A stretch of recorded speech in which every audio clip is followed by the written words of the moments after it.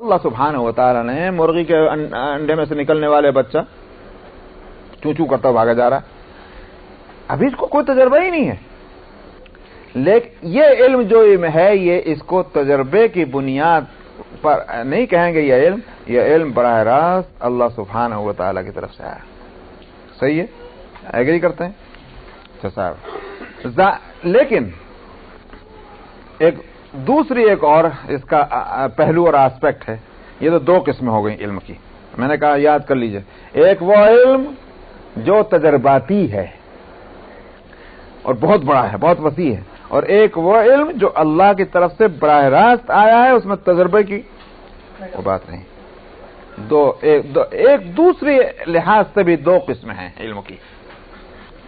ایک قسم علم کی وہ ہے کہ جو اس لیے دیا گیا یا اس لیے حاصل ہوا کہ دنیا کی زندگی میں اس کو اس کی ضرورت ہے یا اس سے اس کو فائدہ پہنچائے گا اس دنیا کی زندگی میں. ایک قسم یہ ہوئی. دوسری قسم یہ ہوئی کہ اس سے وہ مقصد حاصل کرے گا جس مقصد کے لیے اس کو دنیا میں بھیجا گیا. سمجھ میں آیا؟ یہ دو قسمیں ہو گئی. پھر ریپیٹ کروں. ایک تو علم ان چیزوں سے متعلق ہے کہ جن چیزوں کا تعلق اس کے دنیا کی زندگی کا ہے، یعنی دنیا کی زندگی میں اس کو ضرورت ہے جن چیزوں کی، ان چیزوں کا علم. ایک تو یہ ہوا. دوسرا کیا؟ دنیا میں آئے کیوں تھے؟ تو مقصد زندگی جو ہے اس کا علم. یہ دو الگ چیز ہو گئی. اسباب زندگی کا علم، مقصد زندگی کا علم. اب تو مختصر ہو گئی بات. یہ دو قسمیں ہو گئی. اب آپ آئیے لوٹ کر کے اسباب زندگی کا جہاں تک تعلق ہے، اس علم کو اللہ نے تجربے کے ساتھ جوڑا ہے. دیکھ لیجیے، سوچ لیجیے آپ.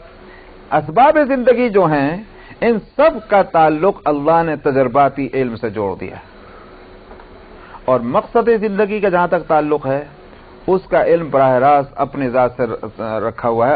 خود اس کا انتظام کرتے ہیں، خود مینج کرتے ہیں، اس کو تجربے کے ساتھ نہیں جوڑا. وہ کیا انتظام ہے؟ انبیاء علیہ الصلوۃ والسلام کو بھیجا، ان پر کتابیں اتاری، ان کو بتلایا یہ ہوگا، یہ ہوگا، یہ نہیں ہونا چاہیے، یہ نہیں ہونا چاہیے. مقاصد زندگی سے جن چیزوں کا تعلق ہے وہ اس کا علم تجربے کے ساتھ نہیں رکھا. کیوں نہیں رکھا؟ اب آئیے لوٹ کر.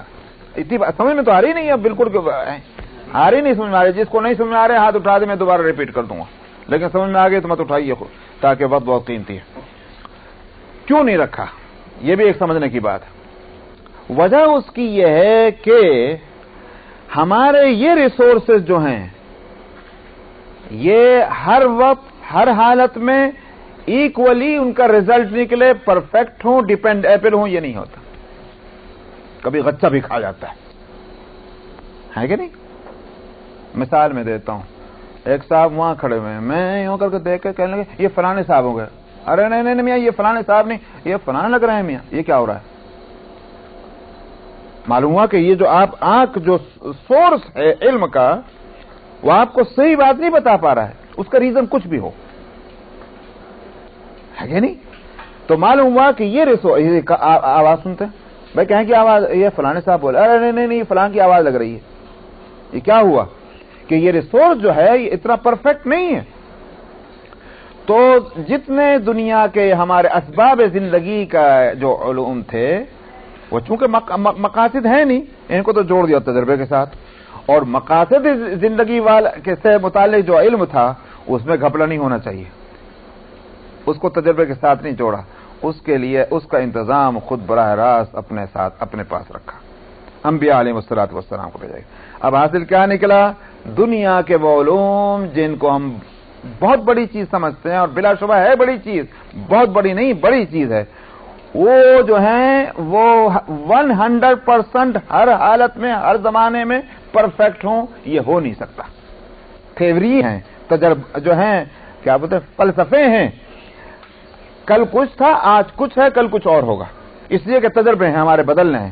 لیکن اللہ کی طرف سے جو بات آتی ہے، رسول جو لے کر آتے ہیں، اللہ کی کتابوں کے اندر جو بات ہوتی ہے، وہ کبھی بھی لا تبدیل لکلمات اللہ، اس لیے کہ وہ تجربے کے اوپر نہیں ہے. کچھ سمجھ میں آ گئی بات حضرت؟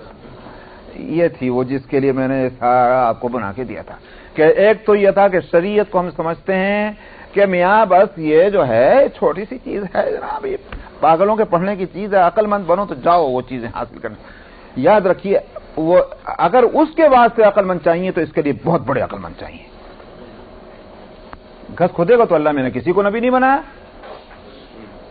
ہے، جو بھی نبی بنا ہے وہ پورے سوسائٹی اور کمیونٹی میں اور اس روئے زمین پر اس وقت بہترین فرد تھا اپنی انسانی صلاحیتوں کے لحاظ سے۔ یہ بات تو ہم نے اس کو تو کر دیا لنگڑوں لولوں کے واسطے۔ جب دیکھیں یہ اور کچھ نہیں پڑتا، مولوی صاحب کے حوالے کر دو میاں، کیا کرنا بھائی، سمجھے؟ اور اگر ذرا اچھے چمکدار سے لگ رہے ہیں، ہاں اعلیٰ تعلیم دلانا میاں ان کو، سمجھے؟ اعلیٰ تعلیم دلائیں گے تو اعلیٰ کے مقابلے میں پھر کیا آئے گا؟ اعلیٰ بولے تو اس کے بعد نیچے تو ہے نا وہ، تو ادنا یہ ہے، اعلیٰ وہ ہے۔ تو یہ ہے وہ بات۔ اس لیے یہاں اس نعمت کا ذکر کر کے جو فرمایا کہ یہ بھی تو تمہارے لیے بہت بڑی بات ہے کہ تم کو یہ ذرائع ہم نے علم کے دیے تھے، قلیلا ما تشکرون۔ ہاں یہ ہے وہی بات قرآن کی جہاں تک انسان کا دماغ پہ نہیں جاتا۔ واللہ اکبر۔ دیکھو یہ بھی تجرباتی جو علم ہے، اس کو بھی تم اس اللہ کے دیے ہوئے اس علم سے بے تعلق مت کرو، ان کا رشتہ جوڑے رکھنا۔ جب تک یہ تمہارا تجربات علم اندر دی شیڈو آف علم دین ہوگا، کچھ سمجھ میں آ رہی بات؟ تمہارا یہ تجرباتی علم جب تک کہ اس کے زیر سایہ رہے گا علم دین کے تو ٹھیک ہے، ورنہ تم ہمیشہ دھوکہ کھاؤ گے۔ یہ ہے قلیلا ما تشکرون، تاکہ تم شکر گزاری کرتے رہو۔ تو شکر گزاری کرنے کے معنی یہی ہیں کہ اس نعمت کو اللہ کی نعمت سمجھو اور اللہ کی مرضی اور اس منشا کے خلاف اپنے تجرباتی علم کو مت استعمال کرو، کوئی حقیقت نہیں پھر اس کی۔ یہ ہے قلیلا ما تشکرون کا فائدہ۔ قل هو الذی ذرأکم فی الارض والیہ تحشرون، آپ کہہ دیجئے وہی وہ ذات ہے جس نے تم کو زمین میں پھیلایا ہے، اور جو پھیلانا جانتا ہے وہی سمیٹنا بھی جانتا ہے، پھر وہی تم کو اکٹھا بھی کرے گا۔ وَيَقُولُونَ مَتَى هَذَا الْوَعْدُ إِن كُنتُمْ صَادِقِينَ، یہ یوں کہتے ہیں وہ وعدہ کب کو پورا ہوگا اگر آپ سچے ہیں تو؟ سنتے چلے آ رہے ہیں، آئے گی آئے گی آئے گی آئے گی، کب کو آئے گی میاں؟ کوئی تاریخ تو بتائی جائے۔ قُلْ إِنَّمَا الْعِلْمُ عِندَ اللَّهِ وَإِنَّمَا أَنَا نَذِيرٌ مُبِينٌ، آپ کہہ دیجئے اس کا علم تو اللہ کے پاس ہے، میں نے اپنے خدا ہونے کا دعویٰ کبھی نہیں کیا، میں صرف اس لیے آیا ہوں میں تمہیں ڈرا دوں، اور ڈرانے میں کوئی کمی نہ چھوڑوں، کوئی گول گپے والی بات نہ کروں، کوئی میں جو ہے فلسفے نہ بگاڑوں، صاف صاف تم کو بتلا دوں۔ اب یہ تمہارا کام ہے، تم ڈرتے ہو نہیں ڈرتے ہو یہ تمہارے اپنے اوپر ہے، میری ذمہ داری ختم ہوتی، مجھ سے کیوں پوچھتے ہو کہ وہ کب کو ہوگا؟ فَلَمَّا رَأَوْهُ زُلْفَةً سِيئَتْ وُجُوهُ الَّذِينَ كَفَرُوا وَقِيلَ هَذَا الَّذِي كُنْتُمْ بِهِ تَدَّعُونَ، پھر جب وہ اس چیز کو قریب دیکھیں گے تو پھر کس چیز کو؟ جس کو کہہ رہے ہیں کہ وہ وعدہ کب کو پورا ہوگا، یعنی قیامت کا یا عذاب کا۔ فرمایا تو پھر ان کے چہرے کالے پڑ جائیں گے، جیسے غم میں ہوتا ہے، غم جس کو آدمی پسند نہیں کرتا، وہ جب غم آئے تو آدمی کے چہرے کا رنگ اڑ جائے، پھر یہ کہ وہ غم بھی اچانک آ جائے تو پھر اور مصیبت، تو چہرے ان کے کالے پڑ جائیں گے جنہوں نے کفر کیا۔ وَقِيلَ هَذَا الَّذِي كُنْتُمْ بِهِ تَدَّعُونَ، اور ان سے کہا جائے گا یہی وہ چیز ہے جس کے بارے میں تم تدعون، جس کے لیے تم بولا کرتے تھے، پکارا کرتے تھے، آخری وہ چیز آ گئی ہے، دیکھ لو۔ قُلْ أَرَأَيْتُمْ إِنْ أَهْلَكَنِيَ اللَّهُ وَمَن مَّعِيَ أَوْ رَحِمَنَا فَمَن يُجِيرُ الْكَافِرِينَ مِنْ عَذَابٍ عَلِيمٍ۔ دیکھا آپ نے، یہ بھی تو ہوتا ہے نا، آپ نے ایک اردو کا ٹھیٹ لفظ سنا، کوسنا، سنا ہے کہ نہیں؟ کوسنا بہت آسان کام ہے، ارے اس کے کیڑے پڑ جائیں، ایسا بیماری لگ جائے اس کو، یہ ہوتا ہے کوسنا، اور تو کچھ بس نہیں چلتا، کوسنے میں کچھ خرچ نہیں ہوتا۔ تو انبیاء علیہ السلام کے ساتھ بھی یہ معاملہ ہوتا رہا ہے، کوسنے، ارے ہمارے خاندان میں ٹکڑے کر دیے، ان کے تو کہیں ان کی موت نہیں آ جاتی، یہ نہیں ہوتا وہ نہیں ہوتا، یہ سب کوسنے دیے جاتے تھے بھائی، ایسا نہیں، آپ اسے تعجب نہ کریں۔ تو اس کا جواب ہے، آپ کہہ دیجئے اللہ اگر مجھے ہلاک کر دے اور جو بھی میرے ساتھ ہیں یا میرے اوپر مہربانی کر دے، تم بتاؤ تمہارا کیا ہونا ہے؟ تم اپنی فکر کرو، میری فکر چھوڑ دو۔ فَمَن يُجِيرُ الْكَافِرِينَ مِنْ عَذَابٍ عَلِيمٍ، کافروں کو دردناک عذاب سے کون بچائے گا؟ چلو بھائی میں مر گیا، ہلاک ہوا، میرے ساتھ مسلمان جو 10 20 100 50 ہیں، چلو وہ بھی مر جائیں، تمہارا کیا بنے گا؟ تمہارا بھلا ہو جائے گا؟ تم اپنے آپ کو عذاب سے بچانے کی فکر کرنے کی بجائے کوسنے دے کر کے اپنا دل تم ٹھیک کرنا چاہتے ہو، تو بڑی واہیات بات ہے۔ قُلْ هُوَ الرَّحْمَنُ آمَنَّا بِهِ وَعَلَيْهِ تَوَكَّلْنَا، آپ کہہ دیجئے وہ رحمان ہے، کسی جبار اور قہار اور ظالم اور شدید پہ کا مسئلہ نہیں ہے، مہربان ہے، اس پر ہم ایمان لائے ہیں اور اسی پر پھر ہمارا بھروسہ بھی ہے۔ آپ دیکھیے عجیب تماشا ہے، واقعی آدمی کو آنکھیں دے اللہ۔ حضرت وہاں اذان ہو چکی ہوگی، دیکھیے یہاں آج آواز بھی نہیں آ رہی، وہ 20 ہو گئے۔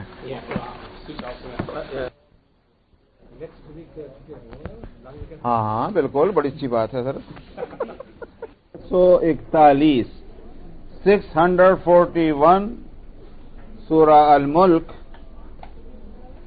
اور آخری 2 آیتیں۔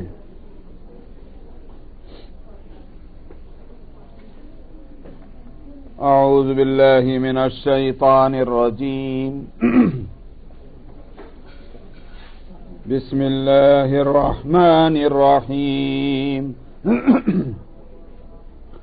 قل هو الرحمن آمنا به وعليه توكلنا فستعلمون من هو في ضلال مبين قل أرأيتم إن أصبح ماؤكم غورا فمن يأتيكم بماء معين صدق اللہ العظیم۔ سورہ ملک یہاں ختم ہو رہی ہے، اور پچھلی آیت میں تو مضمون یہ تھا کہ جو لوگ آپ کو بد دعائیں دیا کرتے تھے مشرکین میں، کہ اس لیے کہ ان کو تکلیف تھی، کسی کا بیٹا مسلمان ہو گیا، کسی کا بھائی مسلمان ہو گیا، ایک دوسرے سے جو ہے دوری ہو گئی ان میں، تو بجائے اس کے کہ وہ حقیقت کو دیکھنے کی کوشش کریں، حق کو پانے کی کوشش کریں، اس ساری صورتحال کا ذمہ دار نبی کریم صلی اللہ علیہ وسلم کو وہ بناتے تھے کہ ہم میں پھوٹ ڈال دی، گھر گھر میں ایک کو دوسرے سے الگ کر دیا، تو آپ کو خوب لان تان کیا کرتے تھے، عورتیں مرد، لعنت ہو اس آدمی پر، ہلاک ہو جائے، تباہ ہو جائے کہ ہمارے گھروں میں یوں مصیبت کھڑی کر دی، اور بھائیوں کو بہنوں سے اور اولاد کو ماں باپ سے جدا کر دیا، یہ سب ہوتا ہے۔ تو اس کے لیے فرمایا تھا کہ آپ ان سے کہہ دیجئے کہ اگر اللہ مجھے اور جو میرے ساتھ ہیں ان کو ہلاک بھی کر دے یا مہربانی کرے ہمارے اوپر، تم اپنی تو فکر کرو، تمہارا کیا بنے گا؟ فَمَن يُجِيرُ الْكَافِرِينَ مِنْ عَذَابٍ عَلِيمٍ، کافروں کو کون بچائے گا دردناک عذاب سے؟ ہم بچیں یا مریں؟ تمہارا کیا فائدہ ہوگا؟ تمہارا فائدہ تو اپنے انجام اگر بہتر ہے تو اس میں ہے، اس واسطے تمہیں اپنی فکر کرنی چاہیے۔ کیسی عجیب بات ہوئی کہ بھئی اپنا گھر بچے کہ نہ بچے مگر دوسرا گھر جو ہے وہ جل جائے، یہ تو وہ بات ہو گئی۔ ایک تو یہ جواب دیا تھا کہ بڑی بے وقوفی کی بات ہے جو لوگ کر رہے ہیں، اور دوسرے یہاں یہ کہلوایا کہ آپ کہہ دیجئے کہ وہ رحمان ہے جس پر ہم ایمان لا چکے ہیں اور اسی پر ہمارا بھروسہ بھی ہے۔ تو شاید یہ آیت ہی ہو رہی تھی، میں پچھلے ہفتے اسی پر کہہ رہا تھا کہ بھئی ہمارا خدا، ہمارا معبود جو ہے جس کی ہم عبادت کرتے ہیں، وہ اگرچہ اس کی صفات میں جبار ہونا بھی ہے، قہار ہونا بھی ہے، لیکن اس کی صفتوں میں غالب ترین صفت جو ہے وہ رحمان ہونا ہے۔ اسی لیے حدیث میں بھی آتا ہے کہ جب اللہ سبحانہ و تعالی نے اس پوری کائنات کو، یونیورس کو بنانے کا ارادہ فرمایا تو سب سے پہلے قلم پیدا کیا اور اس کو حکم دیا لکھ، اور اس کو جو پہلی چیز لکھنے کو دی گئی وہ یہ کہ رحمتی سبقت غضبی، میری رحمت جو ہے، میری مہربانی وہ آگے رہے گی غصے سے۔ یہ پہلی بات یہاں سے اس کا شروع ہوا۔ جیسے مثال کے طور پر آپ لکھیں کوئی بات، آپ ابتدا کریں گے بسم اللہ الرحمن الرحیم، آپ وہاں بھی دیکھیں کہ الرحمن الرحیم ہے وہاں بھی۔ تو اسی طرح اللہ سبحانہ و تعالی نے ابتدا کائنات کی اپنی صفت رحمان سے اور رحمت سے اس سے کی ہے۔ تو ہمارا خدا، ہمارا معبود جو ہے، اس کی تمام صفتوں میں غالب ترین صفت جو ہے وہ اس کا رحمان اور رحیم ہونا ہے۔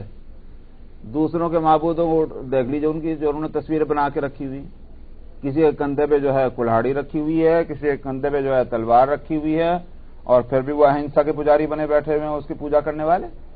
تو معلوم ہوا کہ ان کے معبود جو ہیں وہ ہر وقت غضبی ہیں۔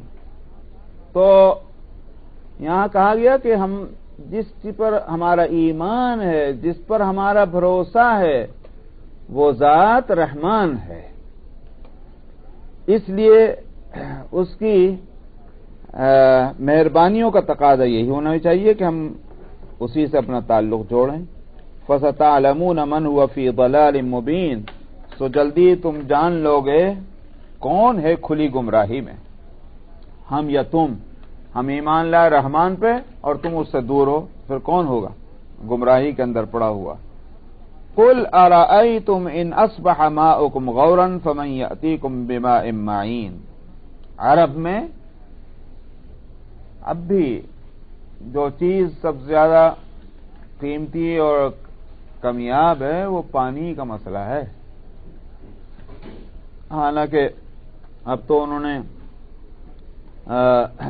جو ٹیکنالوجی ہے اس سے کام لے کر کے اور پانی کی کافی فراوانی کر دی، لیکن ہر جگہ تھوڑے ہی۔ اب اگر آپ کو حرمین شریفین کے اندر اب پانی افراد سے ملتا ہے اللہ کی مہربانی سے، اور جو انہوں نے ٹیکنالوجی استعمال کی، تو اس کا یہ معنی نہیں کہ گاؤں گاؤں اور قریہ قریہ جو ہے پانی کی وہی سہولت ہے، ایسا نہیں۔ جس زمانے میں یہ صورت نہیں تھی، اور یہ میں نے لفظ اللہ کی مہربانی اس لیے کہا کہ آپ کہیں گے کہ بھئی یہ بھی عجیب مولوی لوگ ہوتے ہیں، دیکھو ٹیکنالوجی بھی کہہ رہا ہے پھر بھی کہہ رہا ہے اللہ میاں کی مہربانی۔ اللہ کی مہربانی جو ہے اس کو بھی وہیں دیکھا جائے، اور جگہ تو ملتی ہے دیکھنے کو، لیکن واقعی وہاں جہاں ٹیکنالوجی کا استعمال کر کے اور پانی جو ہے بافراد حرمین شریفین مکہ اور مدینہ کے اندر مل رہا ہے لوگوں کو، اسی سرزمین پر اللہ کی اس مہربانی کو اپنی آنکھوں سے دیکھا جائے گا، جس کا سائنٹیفکلی کوئی آپ اس کے ریزن اور اس کو آپ جو کیا بولتے ہیں اس کو ایکسپلین نہیں کر سکتے کہ زمزم کا پانی اتنی افراد سے کیسے مل رہا ہے۔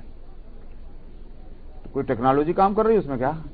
بھئی ایک کنواں ہے، ایک کنویں کے اندر پانی جتنا ہوتا ہے اتنا ہی ہونا چاہیے، لیکن یہ کہ 24 گھنٹے وہ پتہ نہیں 8 انچ کا پائپ ہے کہ وہ 12 انچ کا پائپ ہے، کتنا بڑا وہ پائپ ہے کہ پورے پاور کے ساتھ وہ پانی ایک ہی کنویں کے اندر سے نکلا چلا جا رہا ہے، اور دنیا کے کونے کونے تک وہ زمزم جا رہا ہے، 12 مہینے جا رہا ہے۔ کون سی ٹیکنالوجی بھائی یہ؟ اللہ کا فضل نہیں تو اور کیا ہے یہ؟ استعمال زمزم کا دنیا کے کونے کونے تک کر لو، ہم اتنے دے دیں گے تم کو، اللہ دے رہے ہیں۔ تو اس لیے میں نے کہا کہ اللہ کے فضل سے پانی آج بھی مل رہا ہے، اور اس زمانے میں تو اس کی بڑی قیمت تھی پانی کی، میلوں جا جا کر کے اور کندھوں پر پانی کے گھڑے رکھ رکھ کر کے اور مشکیں لٹکا لٹکا کر کے پانی کی لاتے تھے، تو پینے کے پانی کا اس وقت پینے کے پانی کی کتنی بڑی قیمت تھی۔ تو فرماتے ہیں کہ آپ کہیے کہ کیا ہے تمہارا خیال اگر تمہارا پانی جو ہے وہ گہرائی میں چلا جائے، اس کا سوت خشک ہو جائے، پانی نیچے اتر گیا، اب آپ کتنی بھی کھدائی کر لیجئے پانی نہیں مل رہا ہے، فَمَن يَأْتِيكُم بِمَاءٍ مَّعِينٍ، وہ پھر میٹھے پانی کا چشمہ تم کو کون لا کے دے گا؟ کون ہے وہ؟ تو کیا یہ تمہارے معبود پتھر کے بت جن کی تم پوجا کرتے ہو، ان میں سے ہے کہ کسی میں دم خم کہ وہ پھر پانی زمین کے نیچے سے نکال کے لے آئے؟ یہ ان سے کہا جا رہا ہے کہ جو اس بات کو مانتے تھے باوجود شرک کے کہ یہ آسمان سے پانی برسانے والا اور زمین سے پانی نکالنے والا وہ اللہ ہی کی ذات ہے، وہ بھی مانتے تھے۔ ہے جی کرشمہ کہ صاحب آپ زمین کے اوپر ہیں، زمین کے نیچے کا پانی آپ کو یہاں بھی مل رہا، آپ 8000 فٹ کی بلندی پر آپ پہاڑ پہ پہنچ جائیے، وہاں بھی آپ کا چشمہ مل رہا ہے پھوٹ کر کے۔ کہاں سے آ رہا بھائی یہ چشمہ پھوٹ کا پانی، میٹھا پانی؟ اور جتنی اونچائی پہ جا رہے ہیں اتنا ہی پانی آپ کو بہت عمدہ ملتا چلا جا رہا ہے کہ نہیں؟ تو یہ آخری کیا ہے؟ کون لے کر آ رہا ہے؟ آپ اس کی سائنٹیفکلی وجہ کچھ بھی نکالیں، لیکن قدرت اور اس کا انتظام وہ تو ظاہر ہے کہ اللہ سبحانہ و تعالی ہی کا ہے کہ انسانوں کو کہاں کہاں اس نے ان کی زندگی کی ضرورتیں پورا کرنے کا سامان دیا ہے۔ یہ تھا، اور عجیب بات ہے سورہ الملک کی ابتدا جو ہے وہ آپ دیکھیں گے کہ الذی خلق الموت والحیات، جس نے موت اور زندگی تم کو دی، کیوں؟ تاکہ آزمائے۔ تو وہاں سے اس سورت کو کے مضمون کو شروع کیا اور ختم ہوا پانی پر۔ اس کے معنی کیا ہو گئے کہ اگر موت اور زندگی بھی اسی کی دی ہوئی ہے اور زندگی کا جو سامان ہے جس پر زندگی موقوف ہے وہ بھی اسی کا دیا ہوا ہے، اس پر بات کو ختم کیا ہے۔ کتنا عجیب ترتیب ہے ابتدا کی اور انتہا کی۔ اسی واسطے شروع میں تو سمجھ میں نہیں، وہ ہم بھی کہتے تھے کہ مودودی صاحب کہیں کو یہ خطبہ لکھتے ہیں ہر سورت کو، لیکن ایک لحاظ سے وہ صحیح بھی ہے کہ ہر سورت ایسا معلوم ہوتا ہے کہ جیسے ایک لیکچر ہے، ایک مقرر کی تقریر ہے، اور ایک تقریر کامیاب مقرر کی تقریر یہ ہوتی ہے کہ بھئی ابتدا اور انتہا جو ہے وہ ایک بے جوڑ نہ ہو، اور چاہے 1 گھنٹے کی ہو رہی اور 2 گھنٹے کی ہو رہی، چاہے 3 گھنٹے کی ہو رہی، لیکن مضمون کے اندر ربط ہونا چاہیے۔ تو یہ ایک باکمال مقرر کی تقریر کی بات ہے۔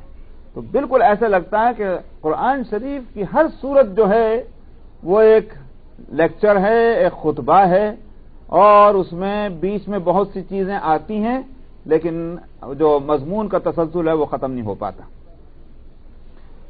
تو یہ سورہ الملک ہوئی۔